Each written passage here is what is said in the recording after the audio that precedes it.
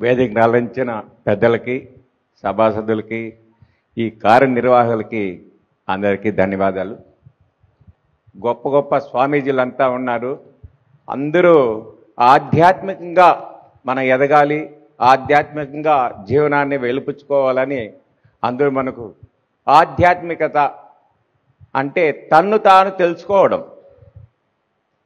మనం ఎక్కడి నుంచి వచ్చాము, ఇక్కడ జీవిస్తున్నాము, తిరిగి ఎక్కడికి పోతాం, తన్ను తాను తెలుసుకొని ఈ ఆధ్యాత్మిక జీవనాన్ని సాగిస్తే అందరూ గొప్పవాళ్ళు అవుతారు. గొప్పగా ఉండేదానికి ధ్యానం బాగా ఉపయోగపడుతుంది. ధ్యానం అంటే జ్ఞానాన్ని పెంచుకోవడం.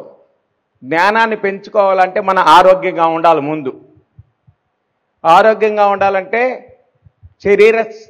శరీరాన్ని కొంచెం కష్టాన్ని కలిగించాలి. శరీరాన్ని కష్టాన్ని కలిగించాలంటే ఇప్పుడు మనం చిన్నప్పుడు చేసిన కష్టాలు ఇప్పుడు లేవు.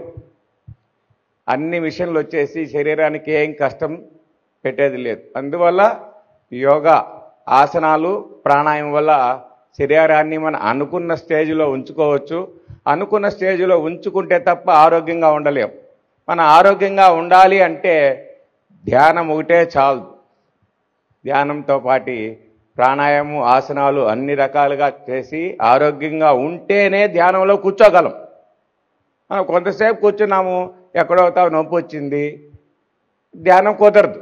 అందువల్ల ఆసన ప్రాణాయామాలతో పాటు ధ్యానం చేస్తే అందరూ ఉన్నత స్థాయికి అనుకున్న స్టేజ్కి పోవచ్చు.